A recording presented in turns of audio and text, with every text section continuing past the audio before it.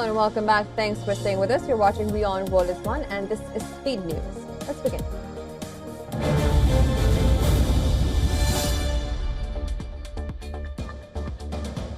Thailand's Supreme Court has ruled that former Prime Minister Thaksin Shinawatra improperly served his 2023 prison term in a hospital suite and ordered him to serve 1 year in jail.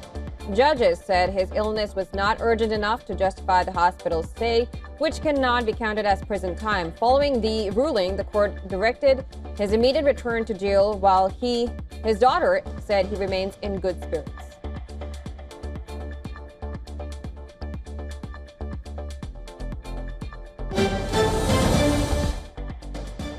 Israeli airstrikes struck Syria's homes on Monday night, despite opening dialogue with Syria's new authorities following Assad's ouster in December. Israel has continued frequent strikes. While not confirming the latest attack, Defense Minister Israel Katz has said forces act day and night to safeguard national security. In addition to striking military base near Syria's central city of Homs, Israel has also hit targets in the vicinity of the coastal city of Latakia and the historic city of Palmyra.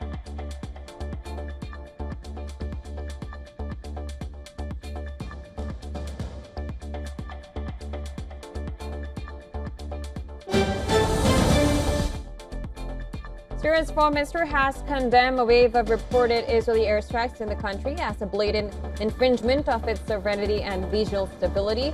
The ministry charges that the attacks are part of an ongoing series of escalations pursued by Israel against Syrian territory.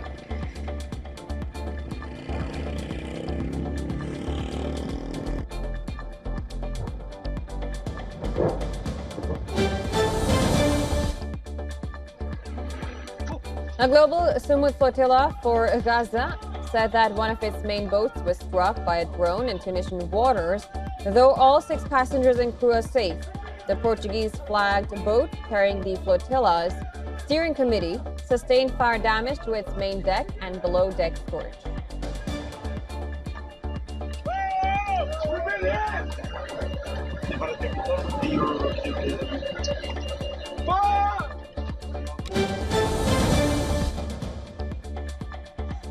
Authorities have imposed curfews in areas of Kathmandu, Lalitpur and Bhaktapur following Monday's protests. Crowds have returned to the streets today, with public anger mounting over alleged government corruption and restrictions on social media, even as authorities lifted the nationwide ban on social media. Platforms including Facebook, WhatsApp and X are now back in operation, but unrest in the capital shows no sign of easing.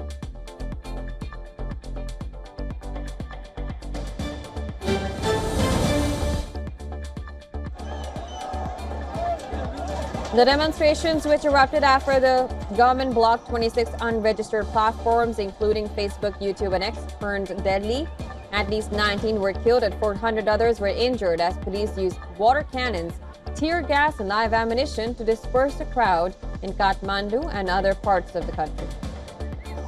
In response to the violence, Nepal's Home Minister has resigned, citing moral responsibility. Nepal's Agriculture Minister has also resigned from his post, citing the government's authoritarian response during Gen Z protests.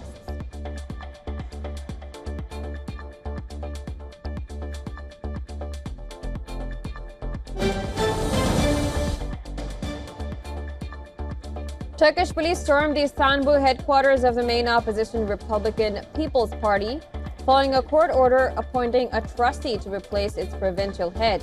Supporters and party officials scuffled with riot police using furniture to block the entrance. Riot police deployed pepper spray and detained several protesters. The standoff follows weeks of tension, including the arrest of Istanbul's mayor, opposition mayor, and restrictions placed on social media platforms in Turkey. President Recep Tayyip Erdogan has responded by insisting that the CHP must respect the rule of law, warning against refusing court decisions.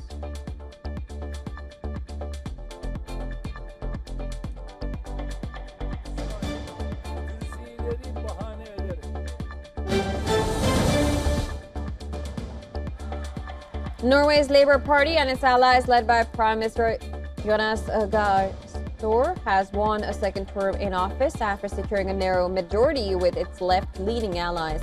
Official results show Labour and 4 smaller parties winning 87 seats, just above the 85 needed. The election, dominated by rising living costs and global conflicts in Ukraine and Gaza, also saw the populist right achieve its best ever result. The Prime Minister now faces tough negotiations over tax hikes for the wealthy, future oil exploration, and Norway's $2 trillion sovereign wealth fund's investments.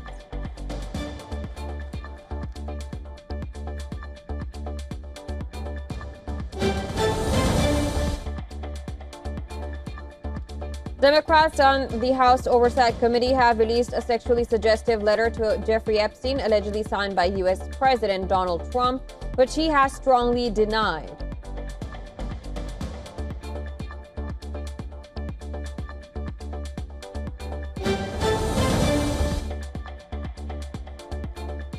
U.S. President Donald Trump has claimed he neither wrote the letter nor created the accompanying drawing of a nude woman. The letter was part of a 2003 birthday album compiled for Epstein, the convicted sex trafficker. Trump has filed a $10 billion lawsuit against the Wall Street Journal, which first reported the existence of the letter. The letter shared by the committee matches the Wall Street Journal's description, but the president maintains no connection to it.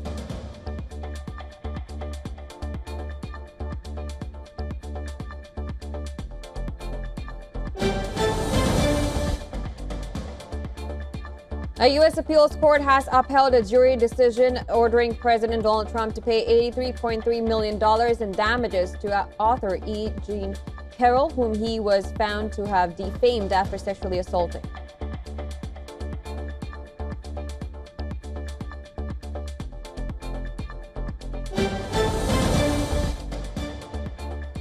U.S. President Donald Trump has condemned the murder of 23-year-old Ukrainian refugee in North Carolina. Irina Zarutska was fatally stabbed on a train in Charlotte. The incident took place on August 22nd. Calling the attacker a madman, a lunatic, Trump said there are evil people and we have to confront that. U.S. President expressed condolences and hope for the victim's family. The case has sparked fierce political debate, with the American right criticizing Democrats for what they see as lax crime policies, as Trump pushes for tougher crime enforcement nationwide.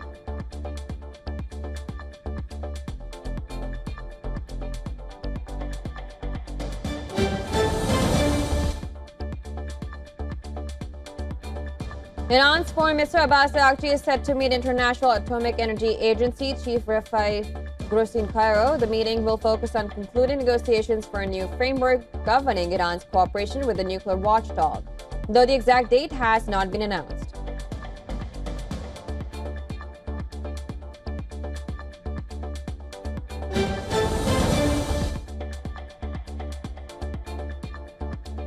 In Mexico, at least 10 people were killed and 61 injured when a freight train collided with a double-decker bus. The bus was attempting to cross the train tracks amid heavy traffic when it was struck. The victims included 7 women and 3 men. The rail operator expressed condolences to the families and urged all drivers to respect crossing signals. The bus operator has yet to comment as investigations continue.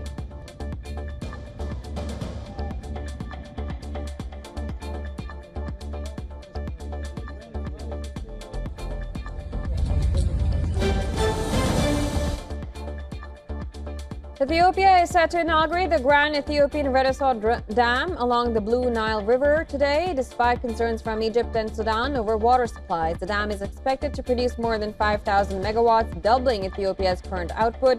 The dam will provide power to households and industries across the country.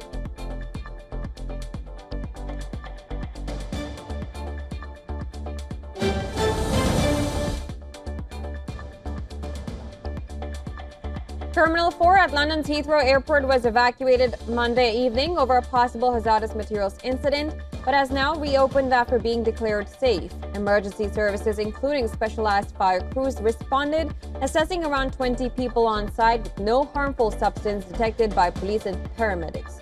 The incident caused delays and disruption, with dozens of flights affected and trains temporarily unable to call at Terminal 4. Heathrow apologized for the inconvenience, assuring passengers they are working to keep flights on schedule and prioritizing safety. And this follows a major power outage earlier this year that shut down the entire airport for nearly a day.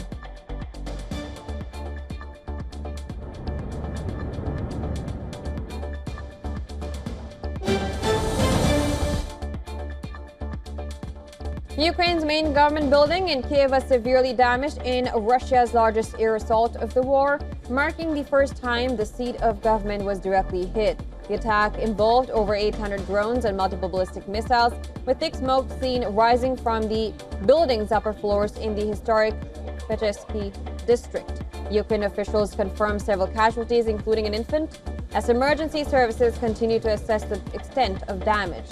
Ukrainian leaders have called for stronger international sanctions and increased support to bolster defenses against ongoing attacks.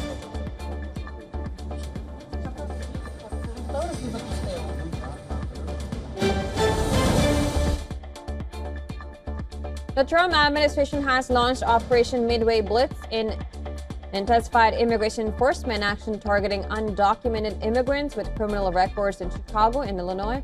A senior ICE official has confirmed that arrests of criminal aliens have already been made as federal partners join the operation. The Department of Homeland Security said the action aims to combat sanctuary laws that limit cooperation with federal immigration authorities.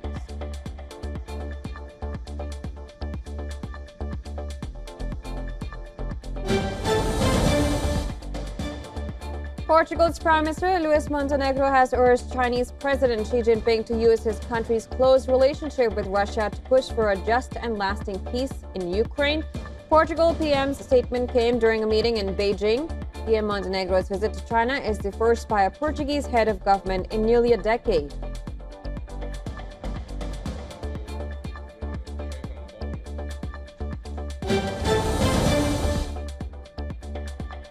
Colombian police, in cooperation with Interpol, have dismantled an international sex trafficking network exploiting Colombian women in Europe.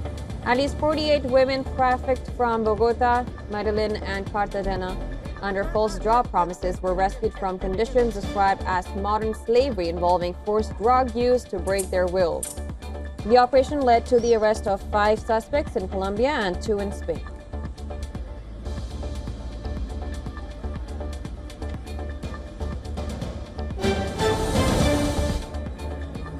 Survivors of Morocco's 2023 earthquake, which claimed nearly 3,000 lives, gathered in Morocco's capital, Rabat, to demand the rebuilding of their homes under the government's reconstruction plan.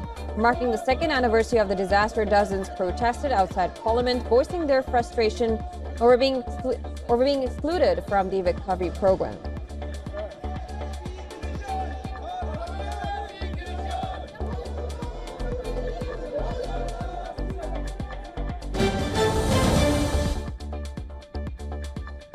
Venezuelan Vice President Delcy Rodriguez has expressed skepticism about the United States' intention to deploy warships near Venezuela's coast to combat drug trafficking. Speaking at a press conference, she stated that cocaine is primarily trafficked through the Pacific Ocean, not the Caribbean, where the U.S. has increased its military presence. Vice President Rodriguez implied the U.S. naval deployments were misplaced.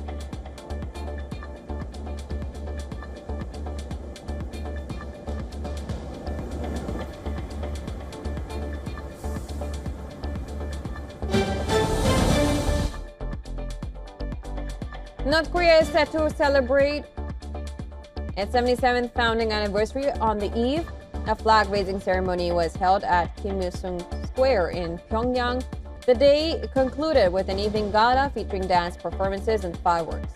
Chinese President Xi Jinping sent a congratulatory message to the North Korean leader Kim Jong-un, saying Beijing is ready to strengthen strategic communication with Pyongyang.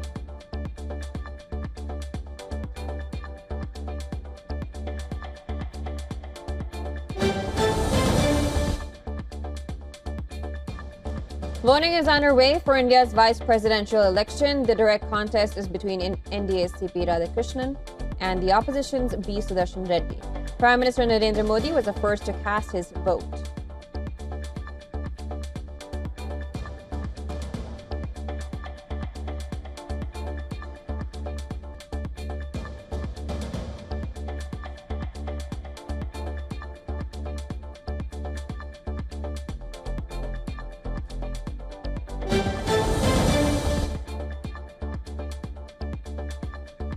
In India's Kerala, a 56-year-old woman died due to primary amoebic meningoencephalitis. a rare but often fatal brain infection caused by free-living amoeba. Since August 14, 5 people in Kerala have died from this infection, with 11 others currently being treated, some in critical condition.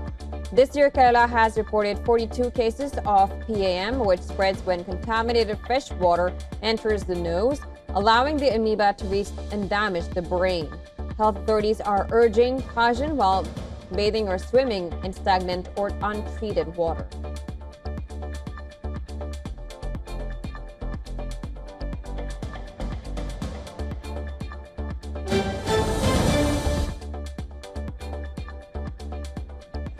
In India, heavy rains and landslides continue to wreak havoc in Himachal Pradesh's Kullu. A total of 8 people, including 5 members of a family, were buried in the accident, out of which 1 body has been recovered, while 3 injured were rescued and sent to the hospital.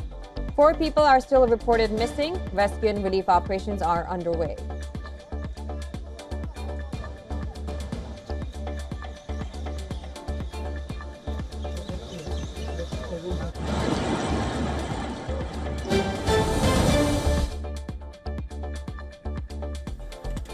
African leaders at the Africa Climate Summit in Ethiopia are urging a shift in climate funding, calling it not charity, but a strategic investment in the future. Heads of state attending the summit emphasized that Africa should be seen as an opportunity, not just a victim of climate change. The continent, home to over 1 billion, has faced worsening droughts and floods, while ambitious renewable energy plans remain stalled by lack of financing. This year's summit focuses on unlocking climate funds and driving Africa-led solutions, with Ethiopia highlighting major strides, including the Grand Renaissance Dam and a vast reforestation drive. A final declaration of Africa's priorities will be presented at COP30 later this year.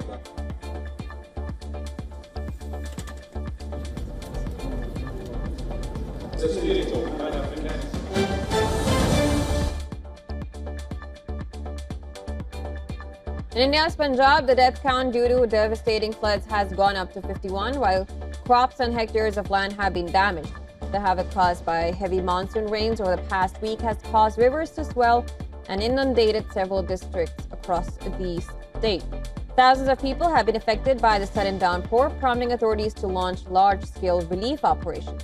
In view of the situation, Prime Minister Narendra Modi is set to visit Punjab today to review the flood-related situation.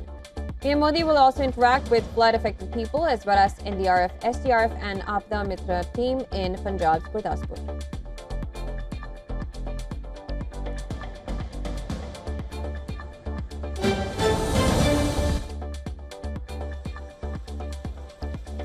Europe's climate watchdog says last month was the planet's 3rd hottest August on record, fueling raging wildfires and dangerous heat waves worldwide. Scientists warn that the combination of soaring land temperatures, warm oceans is a clear signal. Cutting emissions is critical, and so is preparing for more intense climate emergencies.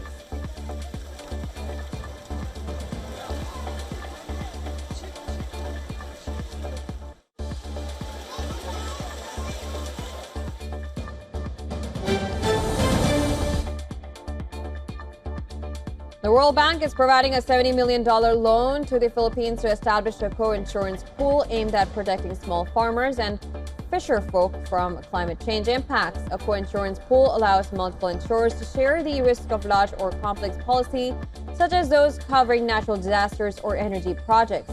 The loan will support a 5-year climate protection program starting in 2026, benefiting an estimated 750,000 small farmers and fisherfolk. The World Bank aims to use its loan to mobilize an additional $300 to $500 million in climate protection for agri-based micro, small, and medium enterprises.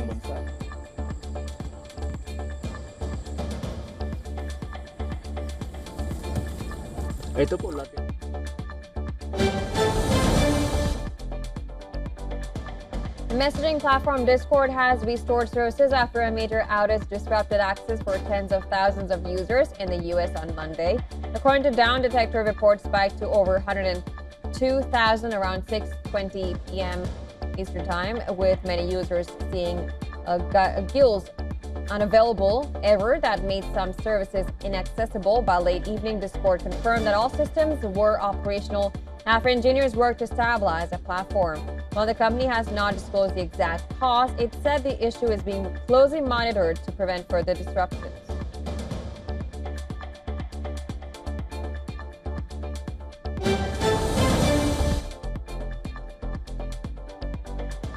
OpenAI is making its debut in cinema with artificial intelligence. The company is providing its AI tools and computing power to produce a full-length animated film called Critters.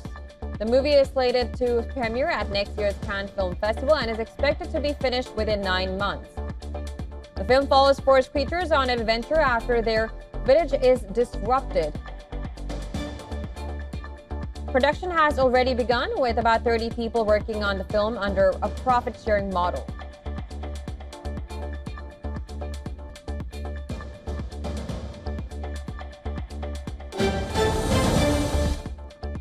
From heart to health to high-tech, cholesterol is taking on a surprising new role. Researchers at the Institute of Nanoscience and Technology in Mohali in India have found that cholesterol-based nanomaterials can help power future spintronic and quantum devices.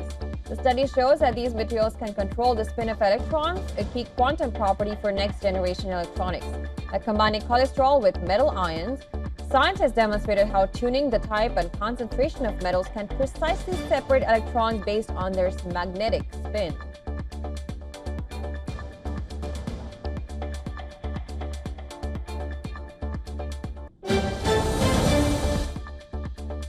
Japan's Nikkei 225 hit a record high, jumping 0.9% as investors welcomed Prime Minister Shigeru Ishiba's resignation, hoping his successor will deliver fresh fiscal stimulus. Tech stocks led gains, and Advantest surging over 7%. Broader Asia-Pacific markets also rose.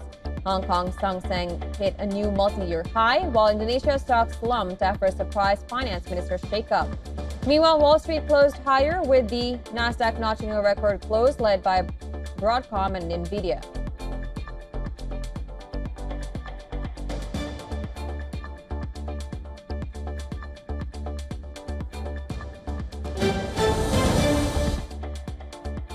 Chinese property stocks surged in Hong Kong, led by Country Garden and Shimao Group, after policy signals and new lending rules fueled optimism in the sector. The developer stocks gained jumped as much as 5.1%, marking the biggest single-day gain in nearly 2 months. Strongest movers included Country Garden and Shimao, which leaped over 30%. The rally reflected growing investor confidence in Beijing's commitment to supporting the housing market.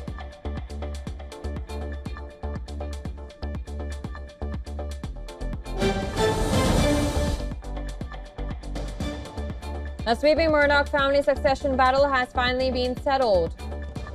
Lachlan Murdoch, the eldest son, now assumes full control of media empire spanning Fox News and Wall Street Journal, resolving a dispute long dubbed as real-life succession. His siblings, James, Elizabeth, and Prudence, each receive about $1.1 billion in a structured exit. A new $3.3 billion family trust has been established to benefit Lachlan and his younger sisters, Grace and Chloe, solidifying leadership continuity.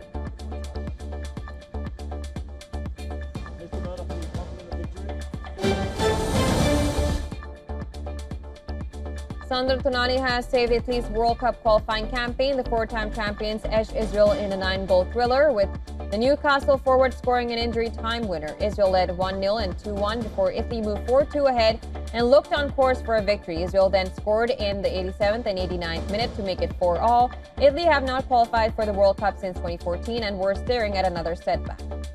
However, Tonali, though, shot from 20 yards through a crowded penalty area, went into the bottom corner in the 91st minute.